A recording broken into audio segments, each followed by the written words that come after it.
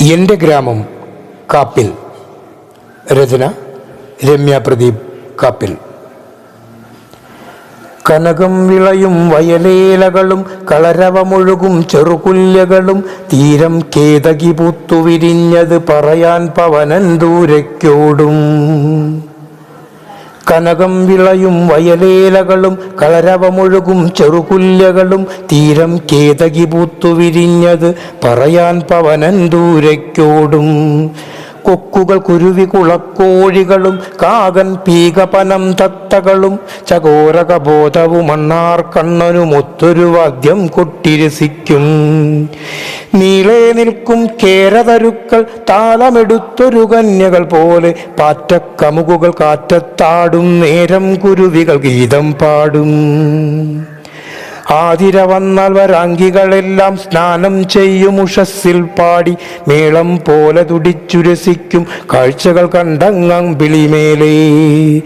നീഹാരങ്ങളിൽ നീരാടുന്നൊരു ധരയെ കൗമുദി ഉണരും നേരം വിണ്ണിൽ നിന്നു വിരുന്നായി വന്ന സുരാംഗന പോലെ മയക്കും ഗ്രാമം. ഓണം വിഷുവും ആതിരനാളും ആമോദം കൊണ്ടാടി ജനങ്ങൾ. ഓണത്തപ്പനെ വരവേൽപ്പാനായി ഗ്രാമം നിറയെ നവസൂനങ്ങൾ. കേൾക്കാം നല്ലൊരു നിർദ്ധരി നിനദം ചീവീടുകളുടെ വീണാനാദം. നാഗപ്പാട്ടിന് പുള്ളുവരെപ്പോൾ മണ്ടൂകങ്ങൾ കുടം കൊട്ടുന്നു.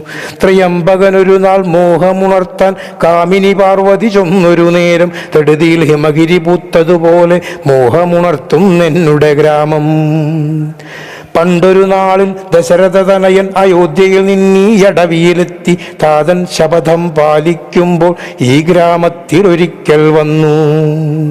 ജാനകിയാരണ്യത്തിൽ വസിക്കും നേരം കാപ്പങ്ങൂഴിയിൽ വീണു. വൈദേഹിയുടെ കൈവളയൂരി ചാടിയ മണ്ണിനു കാപ്പിൽ നാമം. ജാനകിയാരണ്യത്തിൽ വസിക്കും നേരം കാപ്പങ്ങൂഴിയിൽ വീണു. വൈദേഹിയുടെ കൈവളയൂരി ചാടിയ മണ്ണിനു കാപ്പിൽ നാമം.